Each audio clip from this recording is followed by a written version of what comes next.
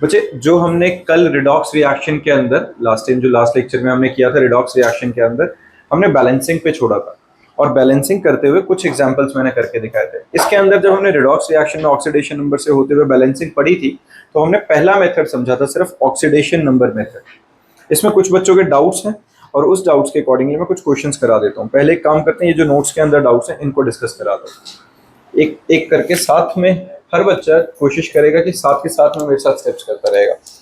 Balancing में देखो सबसे पहला जो हमारे पास क्वेश्चन है, राइट। अब मेन यहाँ पे क्वेश्चन में क्या बोला, right the net ionic equation for the reaction of potassium dichromate K2Cr2O7 with sodium sulphide Na2SO3 in acidic solution to give chromium 3 ion and sulfate ions। अब यहां अगर तुम एक क्वेश्चन में कुछ चीज नोटिस करो,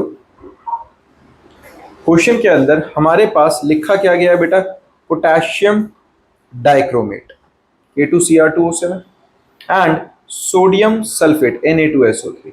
लेकिन स्पेसिफिकली क्वेश्चन के अंदर एक और चीज मेंशन करी गई है यहाँ पे कि जिस टाइम पे हम इस क्वेश्चन को कर रहे हैं तो हमें करना क्या है, solution to give chromium ion and the sulphate ions. हमें निकालना क्या है, नेट आयनिक इक्वेशन।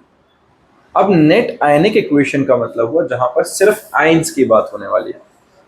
अब अगर मैं आयंस की बात करूं तो पोटेशियम डाइक्रोमेट को पहले डिसोसिएट कर दो। पोटेशियम डाइक्रोमेट अगर डिसोसिएट होगा तो क्या होगा, K positive plus Cr2O7 2 negative. बिल्कुल ठीक है ना, ये बात समझ में आ रही है। अगर मैं इसको पोटेशियम डाइक्रोमेट को इसको अगर आयनाइज कराऊंगा तो इसमें से जो पोटेशियम है K positive plus Cr2O7 2 negative में डिसोसिएट करेगा, किसी को दिक्कत। सिमिलरली अगर मैं सोडियम सल्फेट को आयनाइज कराऊंगा तो सोडियम सल्फेट आयनाइज होके क्या होगा, Na positive plus SO3 2 negative, है ना, ऐसा होगा। किसी बच्चे को इसमें दिक्कत तो नहीं है कि मैंने ये किस तरीके से लिख दिया, ये वाला बात समझ में आया।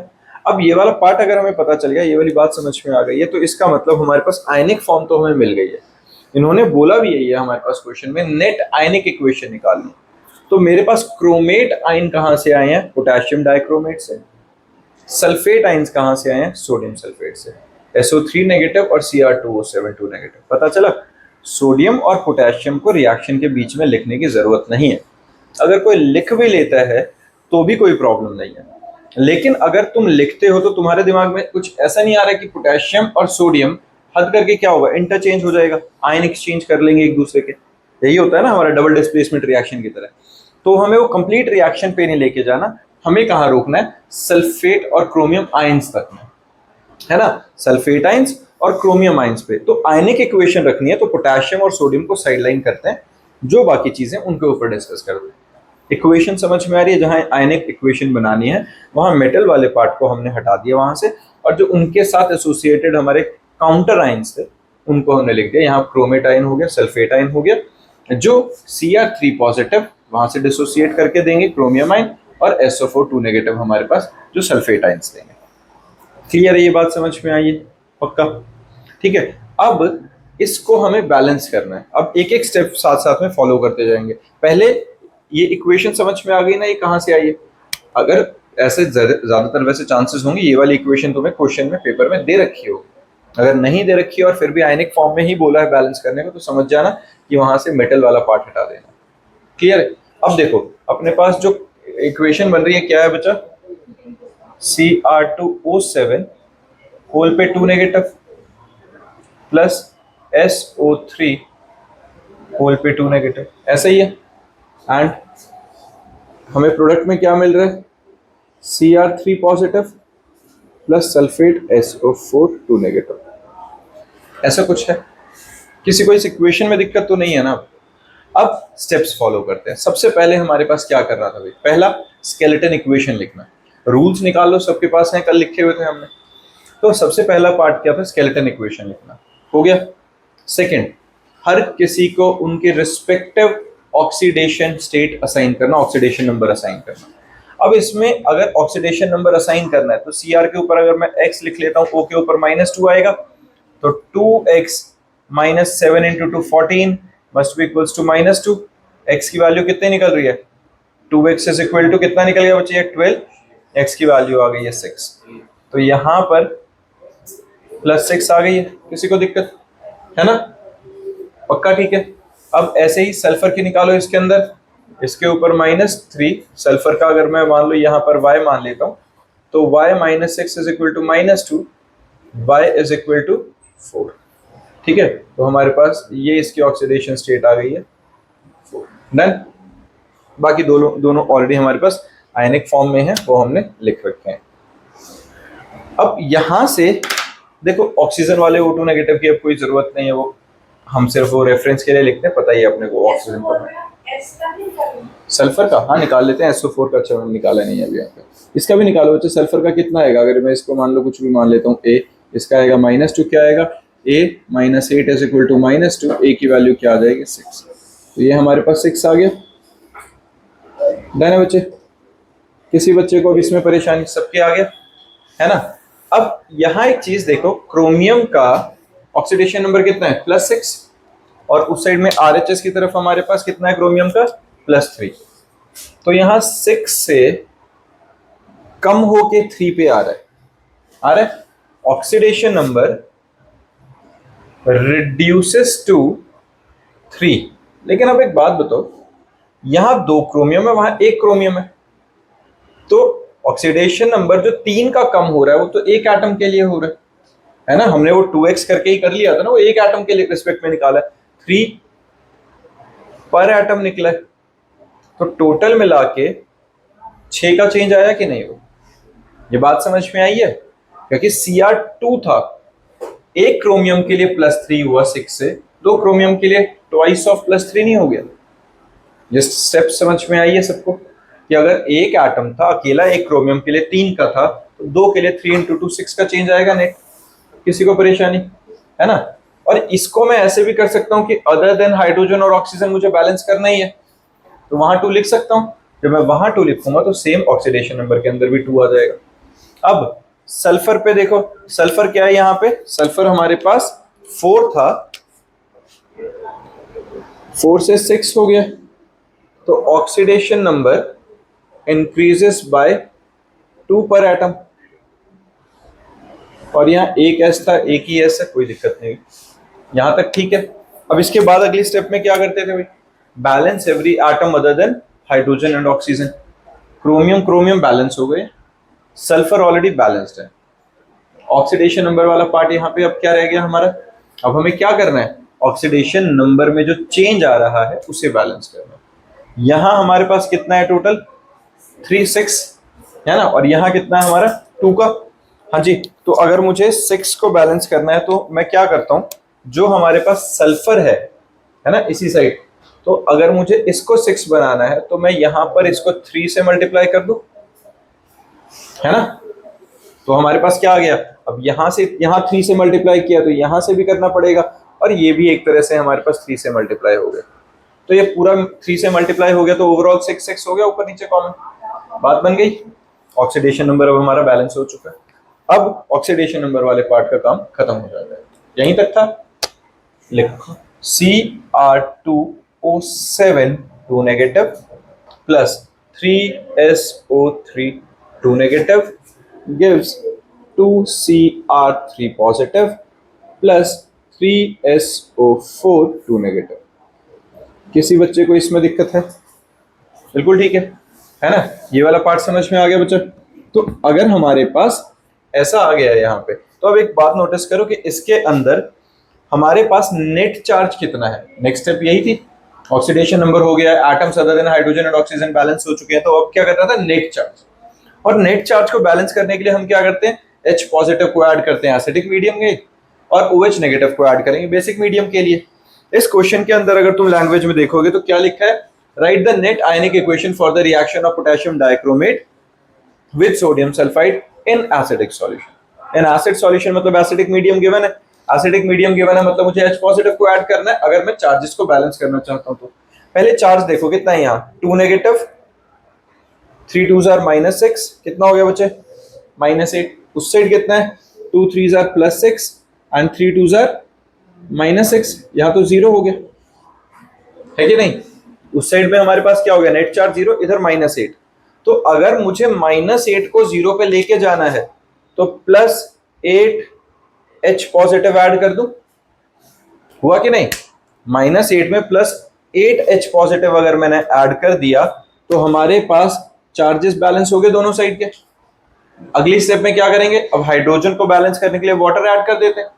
अगर इस साइड में, लेफ्ट हैंड साइड में 8H पॉजिटिव है तो उस साइड में क्या करें, 4H2 ऐड कर दूं, हाइड्रोजन बैलेंस हो जाएगा। अब देखो ऑक्सीजन बैलेंस हो जाना चाहिए।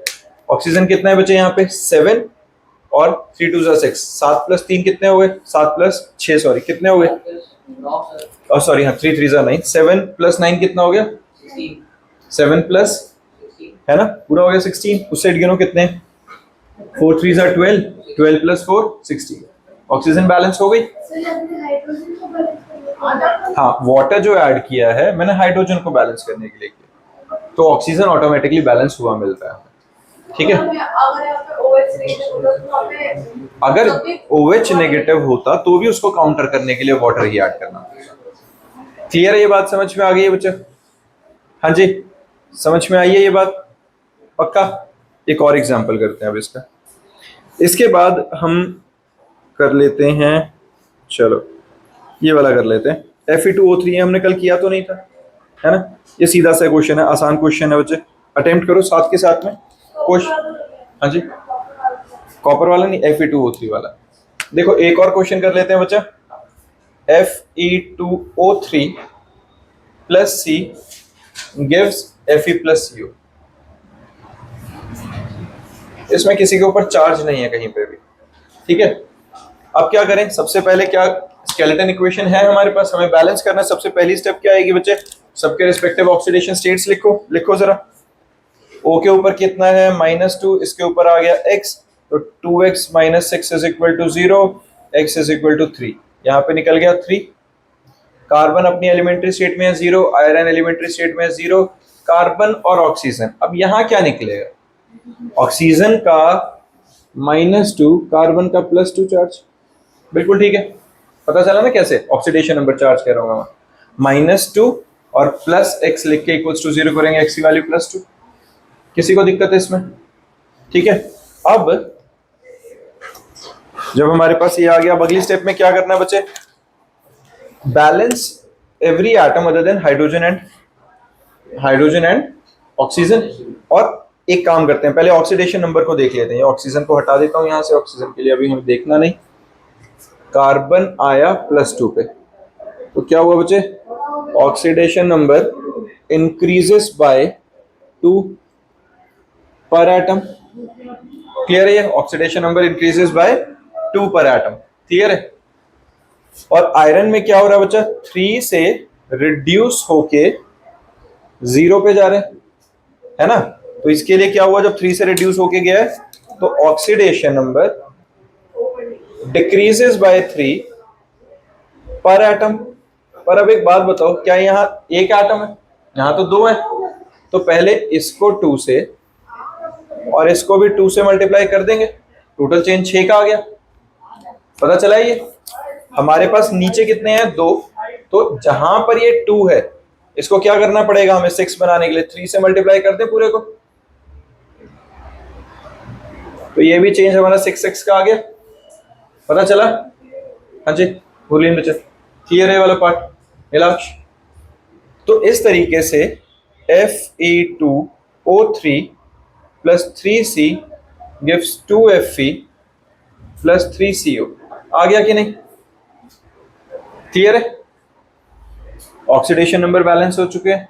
अब चार्जेस का ध्यान दो, चार्जेस हैं यहाँ पे, चार्ज तो है ही नहीं, तो H पॉजिटिव को ऐड करना ही नहीं। H पॉजिटिव नहीं है तो H2O की भी जरूरत नहीं। देखना जरा ये बैलेंस हो गया कि नहीं, 2 iron 2 iron, 3 carbon 3 carbon, 3 oxygen 3 oxygen, balance हो गया। समझ में आई ये बात? सिंपल है, किसी को परेशानी इसमें? क्लियर है ना ये? और कोई डाउट है बच्चा जो और अटेम्प्ट किया हो ना आया हो? और तो नहीं है कोई?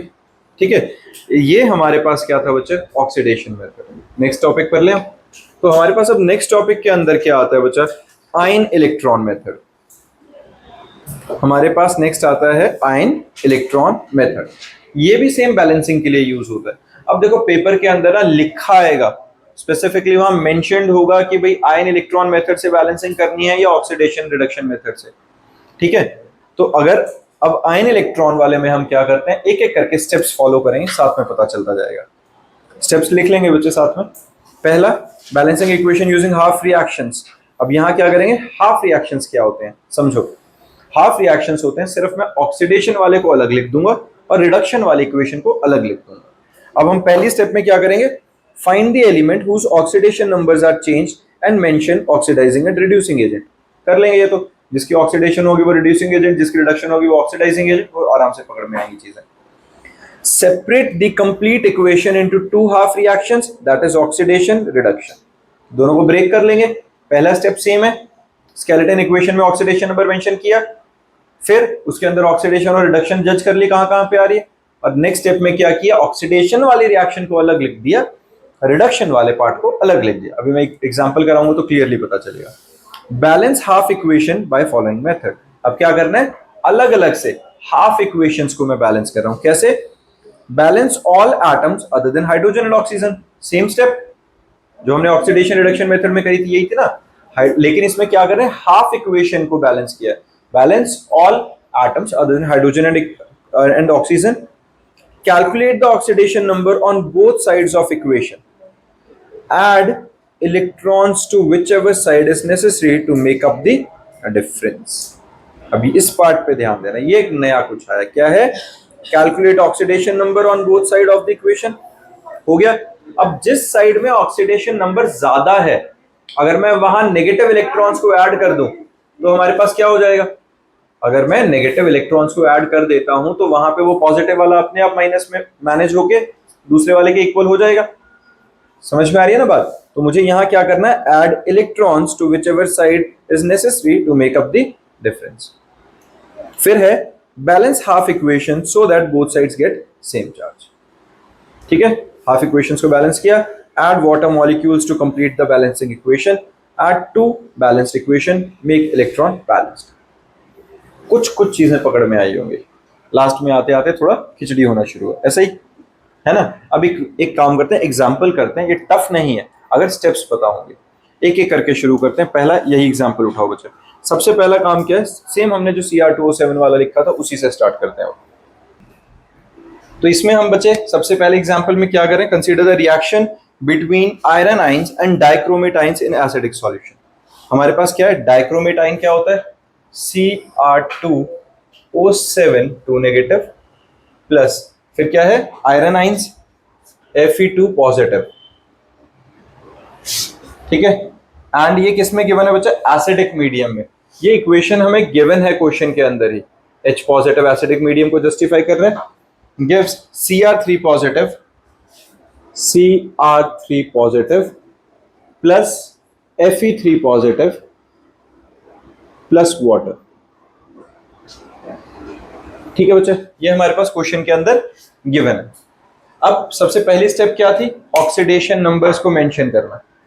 यहां पर Fe, H, Cr और Fe, इन सब पे तो जो चार्जेस है वही ऑक्सीडेशन नंबर है उनके। हमें किस पे निकालना है, यहां पर Cr का, तो इधर x मान लेते हैं, तो क्या आएगा 2x, और x O के ऊपर -2 होता है, -14 is equal to -2, 2x is equal to 12, x कितना निकल गया 6। ऐसे ही निकला, तो हमारे पास इस पे निकल गया 6। ठीक बात है, किसी को दिक्कत, हमने जो लास्ट टाइम किया था उसमें भी सेम निकला था। हाँ जी, सेम निकला था उसमें भी। तो ये हमारे पास, मैं -2 को हटा देता हूँ यहाँ से ऑक्सीजन के लिए। ऐसा नहीं है कि हटाना जरूरी है, बस वो खिचड़ी हो जाती है, इस करके हटा रहा हूँ यहाँ से।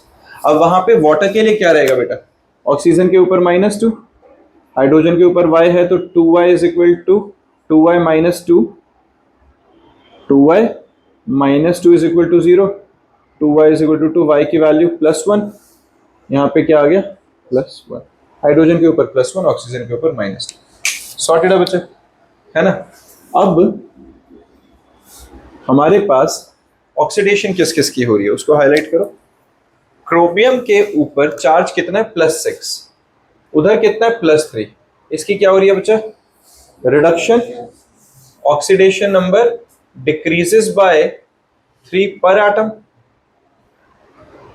है ना। एक एटम के लिए 6 से 3 हो गया, तो हमारे पास 2 एटम्स के लिए इंटू 3 इंटू 2 कर दो, कोई दिक्कत?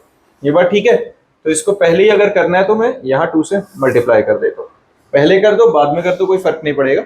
लेकिन एक काम करते हैं, या फिर अभी रहने दो, अभी इसको रहने देते हैं, अभी सिंपल ऐसे लिखते हैं। मैं बताता हूँ क्यों, क्योंकि ऑक्सीडेशन और रिडक्शन रिएक्शन पहले लिख लें। अब Fe पे ध्यान दो, Fe +2 से +3 हुआ है, ऑक्सीडेशन नंबर इंक्रीजेस बाय 1 पर एटम। तो हमें ऑक्सीडेशन नंबर इंक्रीज और डिक्रीज दोनों मिल गए। तो अब हमारी नेक्स्ट स्टेप में काम क्या था बच्चे? स्टेप्स पढ़ो। पहला काम है ऑक्सीडेशन और रिडक्शन देखना। तो जो हमारे पास जिसकी रिडक्शन हो रही है वो क्या हो गया? Oxidising agent. जिसकी ऑक्सीडेशन हो रही है वो हो गया रिड्यूसिंग एजेंट। अब क्या करना है नेक्स्ट स्टेप में? हम स्टेप्स में देखो, separate the complete equation into 2 half. अब 2 हाफ में कैसे करेंगे?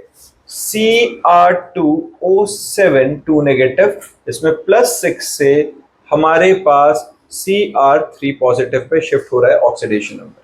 यहां क्या हो गया था? इसकी हो रही थी रिडक्शन, रिडक्शन थी कितने से? +3 से, है ना। पर एटम +3 से रिडक्शन हो रही है। और हमारे पास जिसकी ऑक्सीडेशन हो रही है Fe2 पॉजिटिव से Fe3 पॉजिटिव पे वो ऑक्सीडाइज हो रहा है। किसी को इसमें दिक्कत? बिल्कुल ठीक है। ये हमारे पास ऑक्सीडेशन और रिडक्शन वाला पार्ट समझ में आ गया बच्चा? किसी को इसमें दिक्कत? अब एक काम करते हैं, पहले तो इसको ही बैलेंस कर लेते हैं। नेक्स्ट स्टेप में क्या था? Balance every atom other than hydrogen and oxygen. मैं यहाँ से 2 मल्टीप्लाई कर देता हूँ। अब देखो जैसे ही 2 मल्टीप्लाई किया वो +6 वाला पार्ट भी सॉर्टेड हो ही गया है। इसलिए मैं कह रहा था कि ऊपर कर दो या नीचे करो, कोई फर्क नहीं पड़ेगा, वो सेम ही बात आएगी। क्लियर? अब यहाँ +2 से +3 आ गया। अब +2 से जो +3 आया है इसको मैं कैसे बैलेंस करूं? यहाँ 1 का डिफरेंस आया है, तो मैं अगर यहां पर एक इलेक्ट्रॉन ऐड कर देता हूं तो इस ऑक्सीडेशन में ये चीज बैलेंस होगी कि नहीं? किसी को इसमें परेशानी है? हाँ जी, हाँ जी। किसी को भी मतलब ये सोचने में दिक्कत आ रही है कि मैंने किस तरीके से इलेक्ट्रॉन ऐड किया उसमें? इलेक्ट्रॉन अगर उससे, एक बात बताओ, +3 और -1 +2 नहीं बनेगा? और क्रोमियम में किस साइड ऐड करो? यहां पर हमारा ऑक्सीडेशन नंबर कितना है बच्चा? ओवरऑल 12। वहां कितना है? 2 3 6। तो मेरे पास इसमें कितने ऐड कर दूं मैं क्रोमियम में? 6 इलेक्ट्रॉन। तो ऑक्सीडेशन नंबर बैलेंस हो गया कि नहीं? ध्यान रखना, हम चार्जेस बैलेंस नहीं कर रहे हैं, क्या बैलेंस कर रहे हैं? Oxidation number. तो यहाँ 2 6 12 था, वहां 2 3 6 था, तो 12 में -6 कर देंगे तो +6 के इक्वल बनेगा कि नहीं? डन है। इसमें एक और चीज समझाऊं अगर मैं हिंट के तौर पे, हमेशा ऐसा होगा किसी एक में electron left hand side add हो रहे होंगे तो दूसरे में राइट हैंड साइड ऐड हो रहे होंगे। रिडक्शन वाले में लेफ्ट हैंड साइड, ऑक्सीडेशन वाले में राइट हैंड साइड। क्लियर है ये? अब नेक्स्ट स्टेप क्या है? नेक्स्ट स्टेप पढ़ो। नेक्स्ट स्टेप में हमारे पास क्या लिखा है? Balanced half equation by following method, calculate the oxidation number on both side and add the electrons to whichever side is necessary to make up the difference। हो गया। Balance half equation so that both side get the same charge. अब हमें क्या करना है? Same charge. देखो जरा सबके ऊपर चार्जेस सेम है कि नहीं है? अब इस पे देखो 6 इलेक्ट्रॉन। अब ये वाला तो पार्ट खत्म हो गया, ऑक्सीडेशन नंबर का काम खत्म हो चुका है। +6 इलेक्ट्रॉन और 2 कितना हो गया? 8। और यहाँ क्या है? 2 3 6। ऐसे ही है हमारे पास, है ना। अब एक काम करते हैं, इसके अंदर पहले हमारे पास यहाँ 6 इलेक्ट्रॉन है और यहाँ 1 इलेक्ट्रॉन है। तो सबसे पहले तो एक काम करो, इसको 6 से मल्टीप्लाई करो। मैंने क्या कर दिया? इसको 6 से मल्टीप्लाई कर दिया। अब 6 से मल्टीप्लाई किया तो मेरे पास क्या आ गया? 6Fe2 positive gives 6Fe3 positive +6 electrons. Sorted है? हाँ जी। किसी को इसमें दिक्कत? इलेक्ट्रॉन्स ऐड बेटा, क्योंकि वहां 6 इलेक्ट्रॉन्स है ना, तो ये इलेक्ट्रॉन इलेक्ट्रॉन हमारे कैंसिल होने चाहिए। क्लियर है ये बात? अब देखो जरा, यहां पर चार्जेस में डिफरेंस कितना था? 6 और -2 कितना है बेटा? इस साइड -8, उधर कितना है? +6। 2 3 +6। अब -8 और +6 में डिफरेंस कितना है? -8 और +6 में 14 का डिफरेंस है। तो अगर मैं माइनस वाली साइड प्लस 14H पॉजिटिव अगर ऐड कर देता हूं तो ये +6 बना देगा कि नहीं इसे? बिल्कुल ठीक है। इसमें 6 2 12, 6 3 18, 18 प्लस -6 अल्टीमेटली सेम है, इसमें तो कोई जरूरत नहीं है अभी। हाँ जी, किसी बच्चे को इस वाले स्टेप में प्रॉब्लम है? हाँ जी बताओ चल, क्लियर? कौन सी वाला? देखो एफई में कितना है बेटा? 6 2 12, 6 3 18, -6, 18 - 6 is 12, है ना? नेक्स्ट स्टेप पढ़ना जरा, क्या है बच्चे नेक्स्ट स्टेप में? अगली स्टेप में क्या करना है उसके बाद हमारे पास? Add water molecules to balance equations, लेकिन और उसके बाद फिर हमें दोनों को ऐड कर देना है। अब एक बात बताओ, इस इक्वेशन को मैं फिर से लिख रहा हूं, कितना आया बच्चा?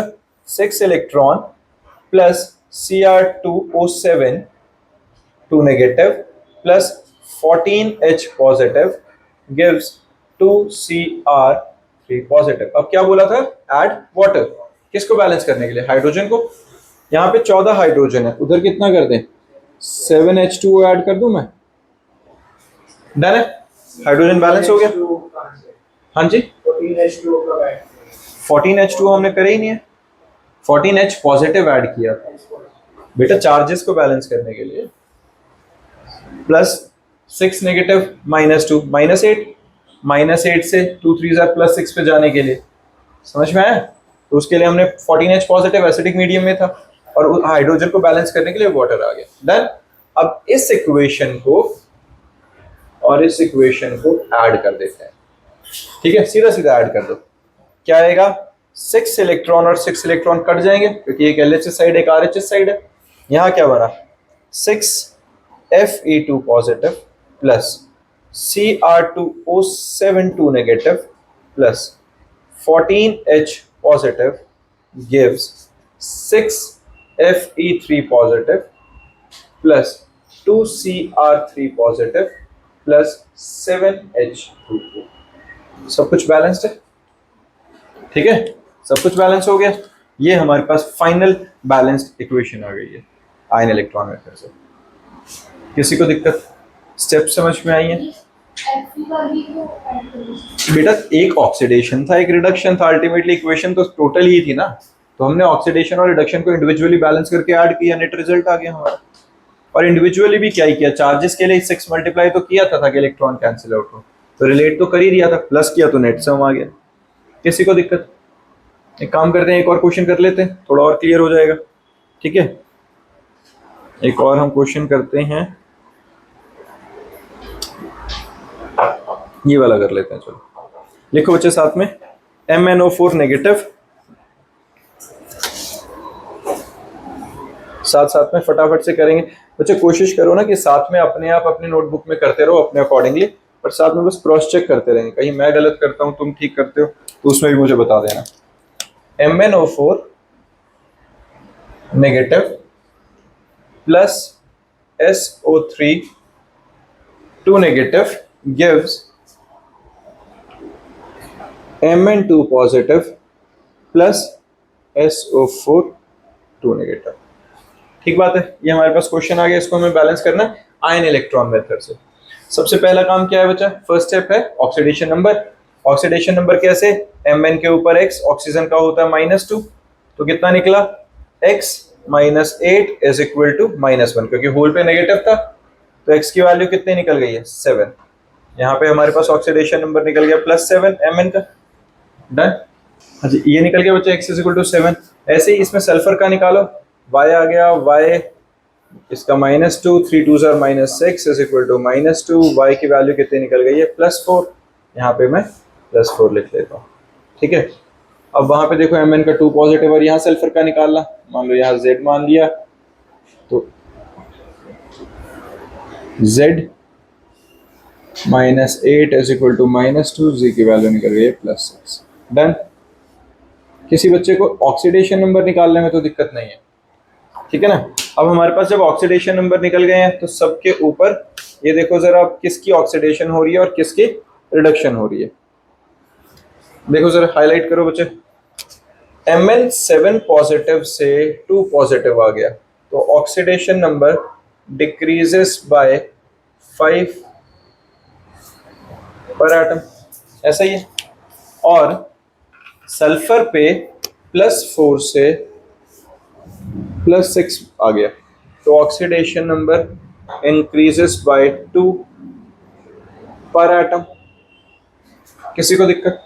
ठीक है, अब क्या करना है, ऑक्सीडेशन इक्वेशन अलग लिख देनी है, रिडक्शन वाली इक्वेशन अलग लिख देनी है। MnO4 +7 से गिव्स Mn2 पॉजिटिव, और रिडक्शन वाली कौन सी है, SO3 2 नेगेटिव, इसमें +4 से SO4 2 नेगेटिव +6 तक जा रहा है। यही था बच्चा। अब क्या करना है, ऑक्सीडेशन नंबर को बैलेंस करने के लिए इलेक्ट्रॉन ऐड करना है। यहाँ +7 है, वहां +2 है, तो अगर मुझे +7 को +2 बनाना है तो 5 इलेक्ट्रॉन्स ऐड कर दूं, है ना। ध्यान रखना, इलेक्ट्रॉन्स हम किसको बैलेंस करने के लिए कर रहे हैं बच्चे, ऑक्सीडेशन नंबर को। हाइड्रोजन या OH जो हाइड्रोक्साइड आयन है वो बैलेंस करने के लिए किसको बैलेंस करने के लिए करते हैं, चार्जेस को। तो ऑक्सीडेशन नंबर हमारा हो गया यहाँ पे बैलेंस। अब यहाँ देखो, यहाँ +4 है, यहाँ +6 है, तो मैं यहाँ पे +2 इलेक्ट्रॉन्स कर दूंगा, तो ये अपना ऑक्सीडेशन नंबर सल्फर का बैलेंस हो गया, है ना। 6 को +2 इलेक्ट्रॉन्स की वजह से यहाँ पे +4 बना दिया हमने, ठीक है, ये बैलेंस हो गया यहाँ तक। अब नेक्स्ट स्टेप में क्या करना है, balance every atom other than hydrogen and oxygen, already balance है। अब हमें क्या करना है, इलेक्ट्रॉन्स को बैलेंस करना है ना। इलेक्ट्रॉन्स को बैलेंस करना है तो या पहले एक काम कर लो, या तो हाइड्रोजन ऐड करके चार्जेस को बैलेंस कर लो, या पहले इलेक्ट्रॉन्स को बैलेंस करके बाद में हाइड्रोजन ऐड करते हैं। दोनों स्टेप से कोई फर्क नहीं पड़ेगा, कैसे करें, पहले क्या बैलेंस कर लो बताओ, इलेक्ट्रॉन्स कर लेते हैं पहले बैलेंस। इलेक्ट्रॉन्स यहाँ कितने बेटा, 5, वहां कितने हैं, 10। 5 को 10 बनाना है तो इसको 2 से मल्टीप्लाई कर दें, और इस पूरी इक्वेशन को, बेटा यहाँ 5 है वहां 2 है, तो 10 बनाना पड़ेगा ना। तो यहाँ कितना हुआ, 10 electrons plus 2 MnO4 negative gives 2 Mn2 positive, done है। यहाँ कितना आ गया, 5SO3 2 negative gives 5SO4 2 negative plus 10 electrons, बिल्कुल ठीक है, ठीक है ना। अब क्या करेंगे, अब चार्जेस को बैलेंस करने के लिए इसके अंदर हाइड्रोजन ऐड करते हैं, ठीक है। हमारे पास गिवन नहीं है, वैसे क्वेश्चन में मेंशन होगा कि एसिडिक मीडियम के अंदर है, गिवन होगा पक्का, ठीक है। इसमें मैंने बताया नहीं था तुम्हें, इसको लिख लो, ये किसके अंदर है बच्चे, हमारे पास एसिडिक मीडियम में, एसिड मीडियम, ठीक है। तो अब एक बात देखो, चार्जेस को बैलेंस करते हैं, यहाँ कितना है -10, ये कितना है -2, यही हो गया, -10 -2 कितना हुआ -12, और उधर कितना है 2 2 जार 4, +4 और -12। अब -12 से +4 पे जाना है, डिफरेंस कितना है 16 का, 16 का है ना। तो मैं जिस साइड में नेगेटिव चार्ज ज्यादा उस साइड में +16H पॉजिटिव ऐड कर देता हूं, बिल्कुल ठीक है।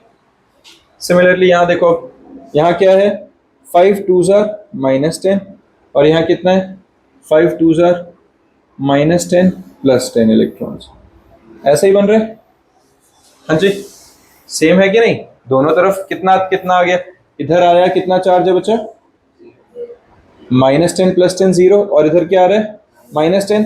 अब -10 को मुझे काउंटर करने के लिए क्या करना पड़ेगा, 10H पॉजिटिव ऐड करने पड़ेंगे इधर, हाँ जी, ठीक बात है, किसी को इसमें परेशानी। अब वाटर मॉलिक्यूल्स ऐड करते हैं, यहां पर 16H है, तो इधर पे मैं क्या कर दूं,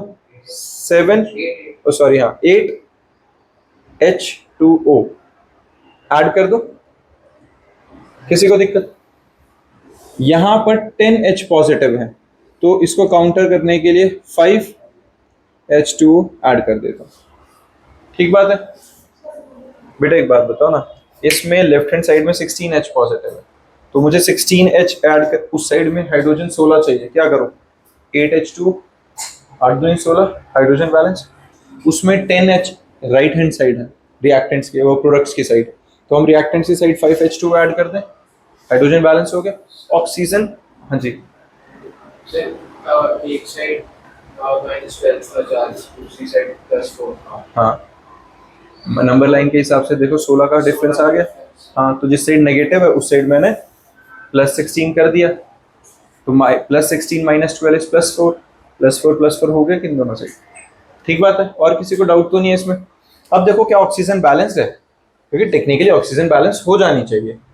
देखना जरा, इधर कितना है बच्चा 8, इधर कितना है 2 4 जार 8, इधर ऑक्सीजन कितना है 5 3 जार 15 +5 20, इधर कितना है 5 4 जार 20।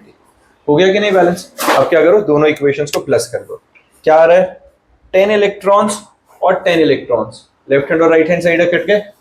इधर देखो 2MnO4 plus 5SO3 2 negative plus 16H positive plus 5H2O, यही सब है राइट हैंड साइड का। 2MnO4 5SO3 16H positive 5H2O 5H2O, है ना। ये हुआ कि नहीं। अब राइट हैंड साइड का 2Mn 2 positive plus 8H2O plus 5SO4 2 negative plus 10H positive, ऐसा ही है। अब यहाँ एक चीज देखो जरा, यहाँ कितना है बेटा 5H2O, इधर क्या 8H2O। मैं इन दोनों को 5H2O को उधर माइनस कर दूंगा ले जाके, तो यहाँ से हटा के मैं सीधा वहां 3 लिख दूं तो कोई दिक्कत है। 8 में से 5 गए 3, डन है। इधर 16H पॉजिटिव है, उधर 10H पॉजिटिव है, इसको इधर लाके अगर मैं माइनस करूंगा तो सिर्फ 6H पॉजिटिव बच जाएगा कि नहीं, किसी को दिक्कत। बैलेंस तो अभी भी है सारा कुछ, समझ में आया। वाटर से वाटर माइनस किया, H पॉजिटिव से H पॉजिटिव वाला माइनस कर दिया, तो नेट रिजल्ट आ गया कि नहीं अपने पास। ये हमारे पास बैलेंस्ड इक्वेशन आ गया आयन इलेक्ट्रॉन मेथड से। ठीक है बच्चे, पक्का स्टेप्स फॉलो करके समझ में आया सबको। हाँ जी, डाउट लग रहा है थोड़ा सा, पक्का क्लियर है।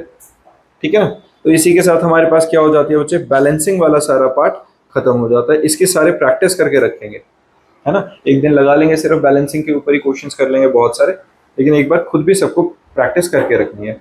अब आता है बच्चा अपने पास next topic, applications of redox reaction.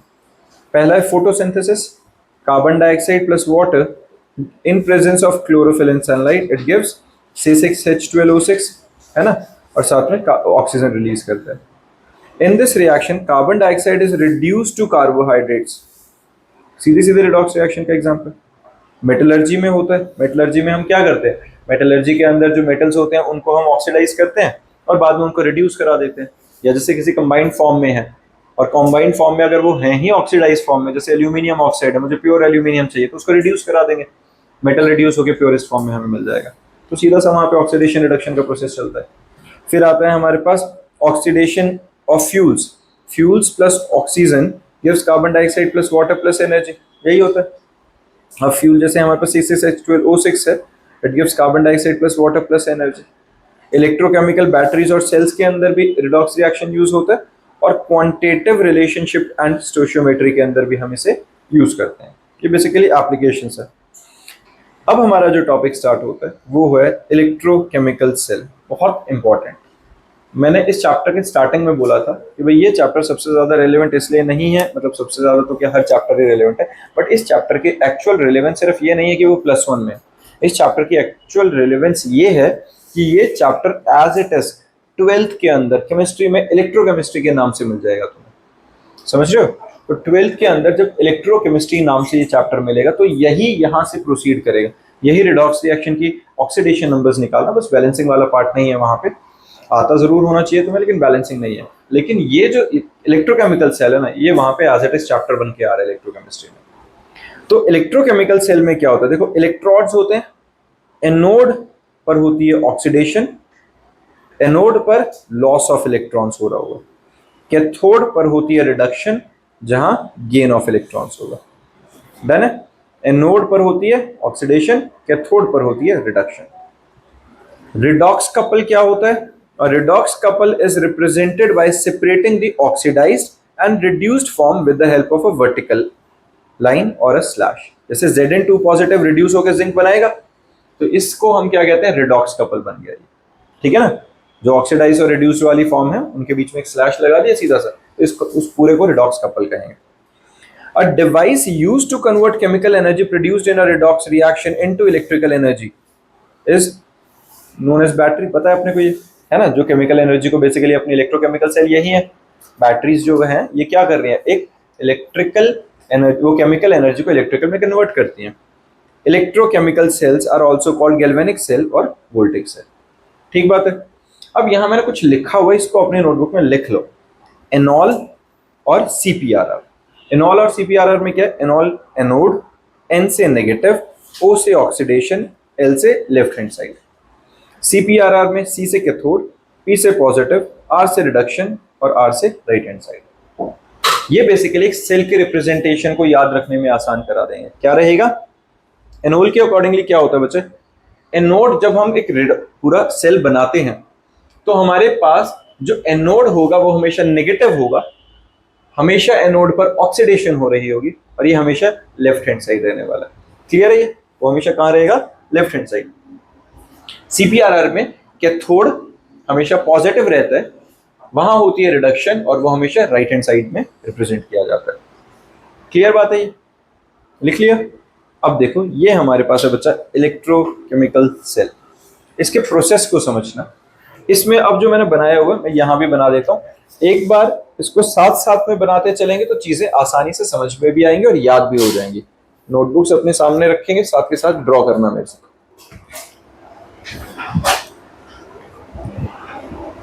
देखो बच्चे अपने पास, हाँ जी, तो इस इलेक्ट्रोकेमिकल सेल के अंदर सबसे पहले क्या है, दो बीकर हमने बना दिए यहां पर. ठीक है. अब इन बीकर्स के अंदर हमें क्या डालने, इलेक्ट्रोड्स. मैंने यहां पे एक जिंक इलेक्ट्रोड रख लिया मान लो. ठीक है. अब कंडीशन समझते चलना.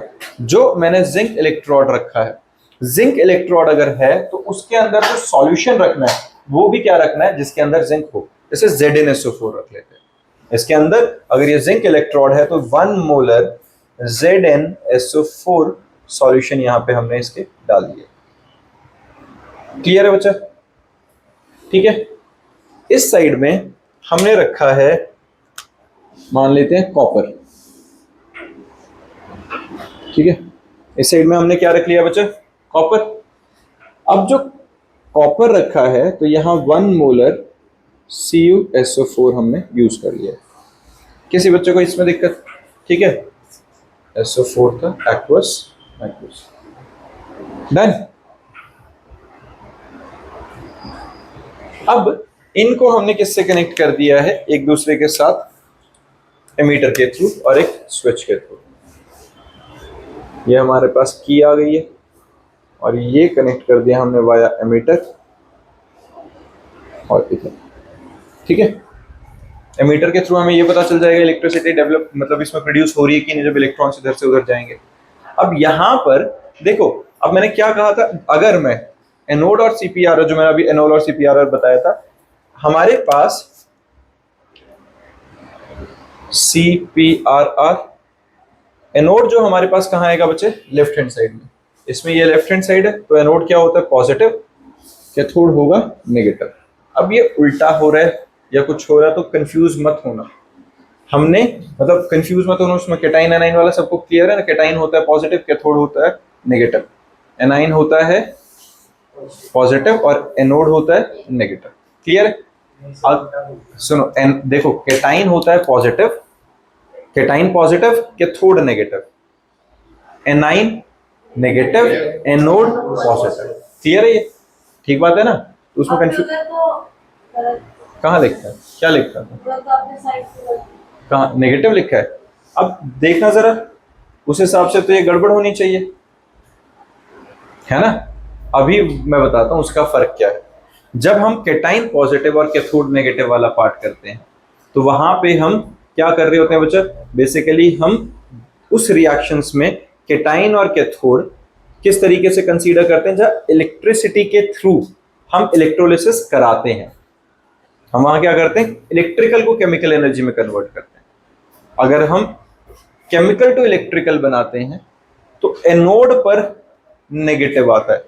ठीक है. यहां पॉजिटिव नहीं आएगा, क्या आएगा, नेगेटिव. तो ये एनोल सीपीआरआर इसलिए याद रखना जरूरी था. एनोड पे क्या है, ये ध्यान रखना, ये सेल जिसमें हम केमिकल को इलेक्ट्रिकल में कन्वर्ट करा रहे हैं, तो एनोड क्या आएगा, नेगेटिव, और कैथोड क्या आएगा, पॉजिटिव। पता चला? सीपीपीआर सिर्फ और सिर्फ इलेक्ट्रोकेमिकल सेल के लिए, ये अदरवाइज नहीं लगेगा। ध्यान समझ, मतलब ध्यान रखना, याद रखना इस चीज को। क्लियर है? तो अगर हमारे पास यहाँ नेगेटिव और यहाँ होनी क्या है, ऑक्सीडेशन। अब इसका लॉजिक भी समझाता हूँ क्या होगा। और ये लेफ्ट हैंड साइड है, ये अभी तुमने लिखा था, कैथोड जो है वो पॉजिटिव, और इस पे क्या होनी बच्चा, रिडक्शन, और ये राइट हैंड साइड है। अब देखो होता क्या है इसके अंदर, अब यहां पर जो हमारे पास ZnSO4 है, ये क्या करेगा, ये डिसोसिएटेड फॉर्म में रहेगा, तो ये अंदर क्या करेगा, यहां पर Zn2 positive plus SO4 2 negative के फॉर्म में रहने वाला है ना, SO4 2 नेगेटिव और Zn2 पॉजिटिव के फॉर्म में, डन है? ऐसे ही रहेगा। वहां पर हमारे पास क्या रहने वाला है, copper sulphate Cu2 positive plus SO4 2 negative, Cu2 positive plus SO4 2 negative. ऐसे ही ये भी आयनिक फॉर्म में डिसोसिएटेड होगा, एक्वस से आयंस में डिसोसिएटेड रहेगा। अब यहाँ होता क्या है, मैंने यहाँ क्या लिखा है, एनोड पर नेगेटिव होगा, ऑक्सीडेशन होगी। फिर ऑक्सीडेशन किसकी होगी, ऑक्सीडेशन होगी इस जिंक की जो हमने इलेक्ट्रोड यूज किया। ये जो जिंक है ये क्या करेगा बच्चा, ये इलेक्ट्रॉन रिलीज करेगा और Zn2 पॉजिटिव बनाता जाएगा। क्लियर है? ये क्या करेगा, ये ऑक्सीडाइज हो रहा है, तो जो ये सॉलिड है ये अंदर Zn2 पॉजिटिव की फॉर्म में आकर एक्वस फॉर्म में घुलना शुरू हो गया। तो इलेक्ट्रॉन कहां जा रहे हैं, इलेक्ट्रॉन जा रहे हैं इधर को। समझ में आई? हर एक जिंक के लिए 2 इलेक्ट्रॉन रिलीज होते हैं, ये इसके अंदर Zn2 पॉजिटिव बढ़ाना शुरू कर देगा यहां पे। समझ में आ गई है? पता चल रहा है? तो ऑक्सीडेशन का लॉजिक समझ में आया ना, कहां से आया, जिंक है वो ऑक्सीडाइज हो रहा है, और वहां पर क्या है बच्चे अपने पास, कॉपर, वो कैथोड है, उसकी क्या होनी चाहिए, रिडक्शन।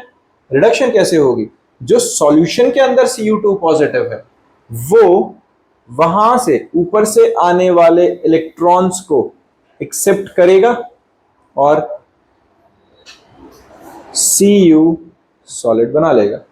इसकी होगी रिडक्शन, 2 पॉजिटिव से 0 पे गया, ये 0 से 2 पॉजिटिव पे गया। ये ऑक्सीडेशन और रिडक्शन का लॉजिक समझ में आया? किसी बच्चे को इसमें दिक्कत है, ये वाला पार्ट समझ में आ गया ना बच्चे, कि ऑक्सीडेशन हाफ रिएक्शन और रिडक्शन हाफ रिएक्शंस में मैंने ब्रेक कर दिया। क्लियर? अब ये साफ दिख रहा है कि इस प्रोसेस के दौरान यहां से इलेक्ट्रॉन्स का फ्लो कॉन्टिन्यूसली चलता रहेगा जब तक ये पूरे तरीके से घुल ना जाए, तो यहाँ पे पूरे तरीके से कॉपर उधर ना आ जाए। लेकिन एक छोटी सी प्रॉब्लम आ जाती है, थोड़े से टाइम के बाद ही यहाँ बहुत सारा Zn2 पॉजिटिव और यहाँ सिर्फ SO4 2 नेगेटिव ज्यादा बच जाता है। तो Zn2 पॉजिटिव अगर ज्यादा होगा तो और Zn2 पॉजिटिव को आने नहीं देगा, और यहाँ SO4 2 नेगेटिव होगा तो इलेक्ट्रॉन्स को भी यहाँ आने नहीं देगा, रिपल्सिव फोर्स देगा। तो उस सिचुएशन को कहेंगे कि सैचुरेशन आ गई है। अभी ऐसा नहीं है कि इनकी कैपेबिलिटीज खत्म हो गई है, अभी भी इलेक्ट्रोड बचा हुआ है, अभी भी इसके अंदर है, लेकिन पॉजिटिव नेगेटिव चार्ज ज्यादा होने की वजह से यहाँ पर रिएक्शन रुक जाता है। उस रिएक्शन को फर्दर प्रोसीड कराने के लिए हम इसके अंदर एक चीज यूज करते हैं जिसे कहते हैं सॉल्ट ब्रिज। ये क्या होती है, सॉल्ट ब्रिज। अब ये सॉल्ट ब्रिज क्या है, ये एक यू शेप्ड एक ट्यूब है, और उस ट्यूब के अंदर हमने कोई सॉल्ट डाल दिया, ठीक है, लिक्विड फॉर्म में रहेगा हमारे पास। जैसे मान लेते हैं KCl मैंने इसके अंदर इंट्रोड्यूस कर दिया, और यहाँ कोई पोरस सब्सटेंस लगा दिया, कॉटन लगा लिया है मान लो यहाँ पर। अब इसके थ्रू क्या होगा, यहाँ K positive plus Cl negative में डिसोसिएटेड रहेगा। अगर ऐसा रहेगा तो यहां से जो Cl नेगेटिव है वो इस तरफ को आकर इस पोरस सब्सटेंस से Zn2 पॉजिटिव को एब्जॉर्ब करता रहेगा और उसको न्यूट्रलाइज करता रहेगा। तो अंदर अंदर ZnCl बनता रहे, लेकिन यहां से Zn2 पॉजिटिव की कंसेंट्रेशन कम हो गई। सिमिलरली जो K पॉजिटिव है वो यहां आकर SO4 को एब्जॉर्ब कराएगा और उसको न्यूट्रलाइज कर देगा, तो वहां से नेगेटिव वाला पार्ट खत्म हो गया। और हमें एक और चीज पता है, जब हम इलेक्ट्रिसिटी का फ्लो कराते हैं डायरेक्ट करंट के अंदर भी 2 वायर्स होते हैं, एक जिससे करंट जाता है और एक न्यूट्रल। और ये वो न्यूट्रल वाला काम भी करता है जो सर्किट को कंप्लीट करने में काम आता है। समझ में आ गई है? तो सॉल्ट ब्रिज का मेन काम क्या था? एक ये जो सेचुरेशन है उसे ब्रेक करा रहा है, और एक न्यूट्रल वायर वाला काम कर रहा है सर्किट को कंप्लीट कराने का। क्लियर बात है? सॉल्ट ब्रिज के बिना रिएक्शन स्टार्ट नहीं हो जाएगी, स्टार्ट होएगी, लेकिन बहुत जल्दी रुक जाएगी। तो सेचुरेशन को ब्रेक कराने के लिए सॉल्ट ब्रिज रहेगा। क्लियर है? अब देखो इसमें रिएक्शन को ओवरऑल को लिखूंगा कैसे? ये हमने जैसे लिखा, इसी को अगर रिएक्शन को लिखना हो, Zn सॉलिड से Zn2 पॉजिटिव एक्वस बना के नहीं बचा है ना, और ये कितना था 1 मोलर, हमने 1 मोलर सॉल्यूशन रखा। बीच में ये क्या लग गया बच्चा? Salt bridge. ये क्या हो गया हमारे पास? ऑक्सीडेशन रिडक्शन कपल जैसे होता है, ये ऑक्सीडेशन कपल, ये बन गया सॉल्ट ब्रिज। और यहां क्या हो रहा था? Cu2 पॉजिटिव से, है ना, कॉपर बन रहा था सॉलिड फॉर्म में। डन है? ये बात समझ में आई है? ये कहां हुआ है? ये हुआ है हमारे पास एनोड पे, ये हमारे पास हुआ है कैथोड पे, और ये हमारे पास है सॉल्ट ब्रिज। किसी बच्चे को इसमें दिक्कत? और यहां से यहां इस प्रोसेस के दौरान क्या गए हैं? इलेक्ट्रॉन्स। ये ओवरऑल हमने पूरे इस सेल को रिप्रेजेंट कर दिया। किसी को दिक्कत है बच्चे इसमें? पक्का? देखो जरा सॉल्ट ब्रिज की applications. Salt bridge and its function basically, salt bridge connects the solution in two half, completes the cell circuit. पहला तो सर्किट कंप्लीट कर दिया पूरा, and salt bridge keeps the solution in two half cells electrically neutral, balance कर दिया उसे, है ना। इलेक्ट्रिकली न्यूट्रल, बैलेंस बेसिकली गलत शब्द है, इलेक्ट्रिकली न्यूट्रल रखेगा, सेचुरेशन ब्रेक करता रहेगा और रिएक्शन को कैरी फॉरवर्ड कराता रहेगा एंड तक। डन है बच्चा? अब यहां एक कहानी आती है। कॉपर भी इलेक्ट्रॉन रिलीज कर सकता था, जिंक भी रिलीज कर सकता था, यहां जिंक ने ही इलेक्ट्रॉन क्यों छोड़े? है कि नहीं? सोचने वाली बात है। कॉपर भी तो मेटल है, वो भी इलेक्ट्रॉन छोड़ सकता था, तो जिंक ने ही क्यों छोड़े? यहां पर एक टर्म आती है इलेक्ट्रोड पोटेंशियल। इलेक्ट्रोड पोटेंशियल का मतलब क्या होता है? इलेक्ट्रोड पोटेंशियल बेसिकली क्या होता है? जब हमारे पास दो मेटल्स हैं, हमने उन दोनों को आपस में कनेक्ट कर दिया वायर के थ्रू। अब इनमें से कोई एक ज्यादा स्ट्रांग और कोई एक थोड़ा वीक तो रहेगा, और वो स्ट्रेंथ में क्या बोल रहा हूं, स्ट्रांग और वीक, मैं इनकी स्ट्रेंथ मार पीटने वाली नहीं, इलेक्ट्रॉन्स को पकड़ के रखने वाली स्ट्रेंथ की मैं बात कर रहा हूं। और जब मैंने इन्हें कनेक्ट किया है तो किसी एक की इलेक्ट्रोड पोटेंशियल हाई और एक किसी की लो रहेगी, जिसकी लो रहेगी वो इलेक्ट्रॉन रिलीज कर देगा। समझ में आ रही है बात? इलेक्ट्रोड पोटेंशियल का क्या गेम रहता है? The electric potential difference setup between the metal and its solution is known as electrode potential. इस मेटल और इसके सॉल्यूशन के बीच में जो पोटेंशियल डिफरेंस क्रिएट हुआ है उसको हम क्या कहते हैं? Electrode potential. Oxidation potential, the tendency of electrode to lose electron or to get oxidized is called oxidation potential. ये कह सकते हैं क्या चीज? जिंक ज्यादा रिएक्टिव है तो जल्दी आयन कह सकते हैं, और होता भी इसी तरीके से। अगर तुम्हें रिएक्टिविटी सीरीज याद हो, केदारनाथ का मालिया आलू जरा फीके से पकाता है वाला पार्ट, तो उसके अंदर यही रहता है कि जिंक कंपैरेटिवली ज्यादा रिएक्टिव रहता है, it can easily remove its electron, release its electron to get oxidise. और हमने ऑक्सीडेशन की डेफिनेशन भी यही पढ़ी थी। Oxidation is the process of removal of electrons from the metal, जिससे उसका ऑक्सीडेशन नंबर इंक्रीज होता है। तो जो जितना आसानी से इलेक्ट्रॉन छोड़ सकेगा उतना ऑक्सीडाइज होगा। दूसरे वाला भी छोड़ सकता है, लेकिन उसके कंपैरेटिवली थोड़ा टफ है, तो वो एक्सेप्ट करेगा इस केस में। समझ में आई है? तो उसकी रिडक्शन हो जाएगी। बात समझ में आ गई है बच्चा? तो oxidation potential, the tendency of an electron to lose electron to lose electrons और to get oxidise is called oxidation potential. अब ये मेटल है, ये इलेक्ट्रॉन्स को रिलीज कर रहे हैं, एन इलेक्ट्रॉन्स रिलीज करके Mn पॉजिटिव आ गया। जैसे जिंक का एग्जांपल था, Zn2 positive plus 2 electrons, H2 का 2H positive plus 2 electron release करता जाएगा, ऑक्सीडाइज फॉर्म में आता जाएगा। रिडक्शन पोटेंशियल क्या होती है? The tendency of an electrode to gain electrons और to get reduced is called reduction potential. सीधी कहानी है, Mn positive aqueous plus n electrons gives metal M solid. Cu2 positive ने 2 इलेक्ट्रॉन एक्सेप्ट करके copper solid बनाया ही था, 2H positive ने 2 इलेक्ट्रॉन्स एक्सेप्ट करे तो H2 बना लिया, ये रिडक्शन हो रही है। सॉर्टेड है? The potential depends on the concentration of ions in the solution. We adopt a standard as, क्या स्टैंडर्ड है बेटा? 1 mole of ions per litre of solution, and this is called standard electrode potential. क्या करेंगे हम एक standard 1 mole of ions per litre लेके चलते हैं। जैसे यहां मैंने लिखा था ना 1 मोलर सॉल्यूशन, तो ये 1 मोल ऑफ आयन हम स्टैंडर्ड लेके चलेंगे और उसी के हिसाब से हम इलेक्ट्रोड की और उसके जो कंसेंट्रेशन ऑफ सॉल्यूशन है उसके बीच का पोटेंशियल डिफरेंस नापते होते हैं, तो उसको हम स्टैंडर्ड लेंगे। SHE क्या होता है हमारे पास? SHES standard hydrogen electrode, NHE normal hydrogen electrode. अब कहानी आती है, चलो ठीक है, पोटेंशियल उसमें अपना जिंक वाले में और उसके सॉल्यूशन के बीच में पोटेंशियल डिफरेंस आ गया, वो इलेक्ट्रोड पोटेंशियल था। कॉपर और कॉपर के सॉल्यूशन के बीच में इलेक्ट्रोड पोटेंशियल है, लेकिन अब इन दोनों के बीच में, इलेक्ट्रोड्स के बीच में नेट पोटेंशियल डिफरेंस क्रिएट हुआ होगा और इसको कहते हैं EMF ऑफ अ सेल। ये जो इलेक्ट्रोड्स के बीच में ओवरऑल डिफरेंस क्रिएट हो गया है उसको हम क्या कहते हैं? EMF, या सिंपल भाषा में पोटेंशियल डिफरेंस। याद है EMF क्या होता था? EMF क्या था? इलेक्ट्रोमोटिव फोर्स जो कि एक सेल प्रोवाइड करता है, कब? जब ओपन सर्किट होता था। हम कहते हैं ना maximum amount of potential difference between the two terminals of a battery is EMF, and अगर स्विच ऑन कर देते हैं तो वही EMF हमारे पास किस फॉर्म में दिखता है? पोटेंशियल डिफरेंस की फॉर्म में। क्लियर है ये?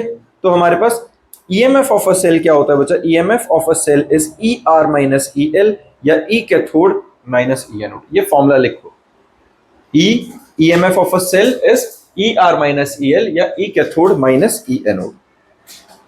सिंपल है, E cathode minus E anode. ER का मतलब क्या है? Electrode potential towards right hand side minus electrode potential towards left hand side, इसीलिए R के नीचे कैथोड आ गया, लेफ्ट के नीचे एनोड आ गया, है ना बच्चा?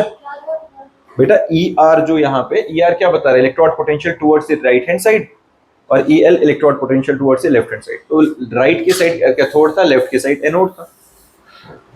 In case of electron accepting tendency, in case of electron accepting tendency, the metal electrode is more than that of SHE. SHE मतलब अब हम कर क्या रहे हैं? इलेक्ट्रोड पोटेंशियल को हमने किससे कंपेयर किया बच्चा? हाइड्रोजन के साथ। तो हाइड्रोजन को स्टैंडर्ड मान लिया। अगर हाइड्रोजन के कंपैरेटिवली इलेक्ट्रॉन्स को एक्सेप्ट करने की टेंडेंसी ज्यादा होगी, its standard reduction potential gets a positive sign. क्या होगा? स्टैंडर्ड रिडक्शन पोटेंशियल, क्योंकि इलेक्ट्रॉन्स को एक्सेप्ट करेगा तो रिड्यूस होगा। जो हाइड्रोजन के कंपैरेटिवली ज्यादा टेंडेंसी रखता है इलेक्ट्रॉन्स को एक्सेप्ट करने की, उसकी रिडक्शन पोटेंशियल की वैल्यू क्या रहेगी? पॉजिटिव। सॉर्टेड है? और जिसकी हाइड्रोजन के कंपैरेटिवली इलेक्ट्रॉन्स को एक्सेप्ट करने की टेंडेंसी कम है, इसका मतलब उसको ऑक्सीडाइज होने की टेंडेंसी ज्यादा है उसके पास, लेकिन उसकी रिडक्शन पोटेंशियल क्या रहेगी? हमेशा नेगेटिव। क्लियर है ये? तो हम किसकी भाषा में बात करें? Reduction potential.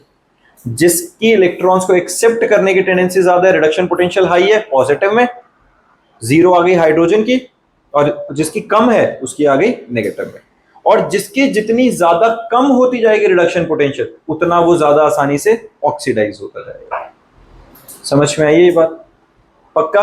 अभी मैं इसको किसी चीज पे दिखाता हूं, इस टेबल के साथ डिस्कस करेंगे। 1 मिनट रुको बस।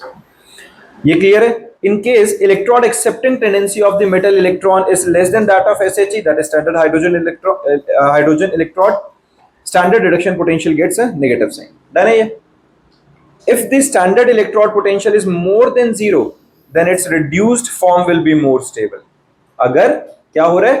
0 से ज्यादा है, पॉजिटिव है। पॉजिटिव है मतलब क्या हुआ? वो इलेक्ट्रॉन्स को बहुत आसानी से एक्सेप्ट करना चाहता है। क्यों करना चाहता है? हर कोई क्यों कर रहा है भाई इलेक्ट्रॉन एक्सेप्ट? क्योंकि वो स्टेबल होगा। तो जिसके अंदर electrode potential, reduction electrode potential ज्यादा है, मतलब ज्यादा इन द सेंस किस फॉर्म में?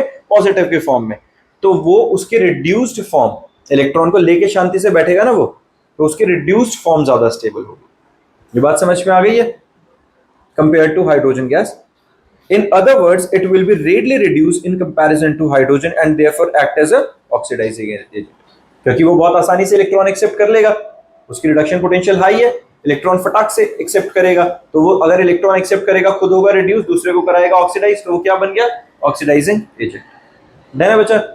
फिर है in other, on the other hand, if the standard electrode potential is negative, then hydrogen, the hydrogen gas is more stable and its reduced form of the species. In other words, it will be readily oxidized in comparison to hydrogen and therefore act as a strong reducing agent. तो इसका मतलब क्या हुआ? वो खुद तो reduce नहीं होगा, अगर वो खुद रिड्यूस नहीं होगा तो ऑक्सीडाइज होगा, ऑक्सीडाइज होगा तो दूसरे को रिड्यूस कराएगा, वो रिड्यूसिंग एजेंट हो गया। ठीक बात है ये? क्लियर है? ठीक है, ये समझ में आ गया? यहां तक समझ में आ गया बच्चे कि अगर हमारे पास उसकी रिड्यूस जो रिडक्शन पोटेंशियल है वो नेगेटिव में है, हाइड्रोजन से कम है, तो वो क्या होगा, ऑक्सीडाइज होगा। अगर खुद ऑक्सीडाइज हो रहा है, क्योंकि वो अगर उसकी रिडक्शन पोटेंशियल हाइड्रोजन से कम है, इसका मतलब क्या हुआ कि वो रिडक्शन पोटेंशियल कम होने का मतलब क्या हो गया कि वो इलेक्ट्रॉन्स को तो गेन करने में इंटरेस्टेड नहीं है, तो इलेक्ट्रॉन्स को रिलीज करेगा तो ऑक्सीडाइज होगा, खुद ऑक्सीडाइज होगा तो दूसरे को क्या करेगा, रिड्यूस कराएगा, तो वो एक स्ट्रॉन्ग रिड्यूसिंग एजेंट बन जाएगा, जितनी उसकी नेगेटिव में रिडक्शन पोटेंशियल होती जाएगी। क्लियर बात है ये। अब इसी को इस एक बार टेबल से समझते हैं, यहां ध्यान से देखना बच्चे। टेबल में हमारे पास सबसे ऊपर क्या लिखा हुआ है, वीकेस्ट रिड्यूसिंग एजेंट।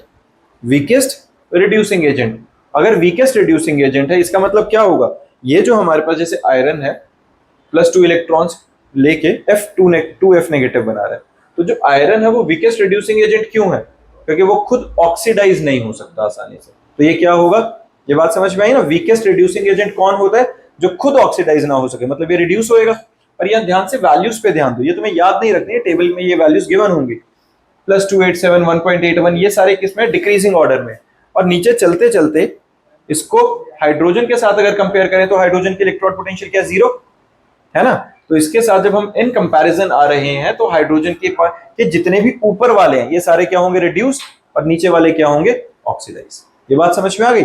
लेकिन अगर मैं किसी दो को कनेक्ट कर देता हूं, किसी दो को, तो जिसकी वैल्यू ज्यादा पॉजिटिव है वो क्या होगा, रिड्यूस, और जिसकी वैल्यू कम पॉजिटिव है वो क्या होगा, ऑक्सीडाइज। ये क्लियर है बात। अब यहां पर जैसे अभी हमने किस किस को कनेक्ट किया था, जिंक को और कॉपर को, और इसके अंदर तुम देखोगे तो जिंक हमारे पास जो वैल्यू पोजेस कर रहा है -0.76।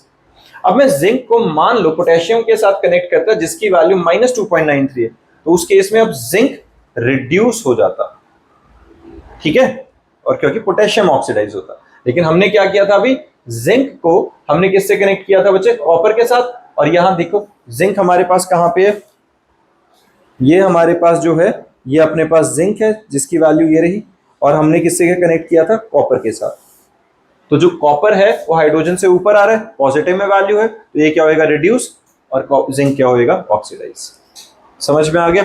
जिसकी ऑक्सीडेशन होगी वो क्या होगा, reducing agent, strong reducing agent, और जिसकी जितनी ज्यादा नेगेटिव में वैल्यू आती जाएगी उतना स्ट्रॉन्ग रिड्यूसिंग एजेंट, जिसकी जितना पॉजिटिव में वैल्यू आती जाएगी उतना ज्यादा स्ट्रॉन्ग ऑक्सीडाइजिंग एजेंट। किसी बच्चे को इसमें दिक्कत। और हमारे पास एक सेल की इलेक्ट्रॉन पोटेंशियल क्या होती है, EMF of a cell is given by ER minus EL या E cathode minus E anode. इसी का यहां पर हमारे पास एक सिंपल सा क्वेश्चन है, एक बार ये वैल्यूज देखो।